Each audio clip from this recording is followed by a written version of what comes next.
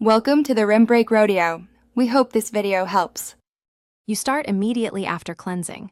With 2-3 drops of V34 on your fingertips, warm the serum so it spreads easily and activates. Once done, press gently into target areas, cheeks, forehead, and pigmentation spots, using light tapping motions to boost absorption and circulation. Make sure to avoid rubbing. Tapping preserves integrity and lets active molecules penetrate. Wait 30-60 seconds before layering other products so the formula sets and you get consistent color. Once the base application is set, target stubborn discoloration with a pinpoint drop and press it into the spot rather than smearing. This concentrates actives where you need them.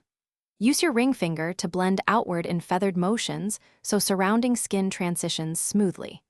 Make sure to wait 60 to 90 seconds before adding moisturizer or makeup. This prevents pilling and lets V34 form an even corrective film. If you need more coverage, add another thin layer rather than a thick one to avoid buildup. You finish by sealing the serum. In the morning, apply SPF 30 or higher over V34 to protect corrected skin and maintain results. Use 1 pump for face. Once done, at night follow with a non-comedogenic moisturizer to lock in hydration and support repair.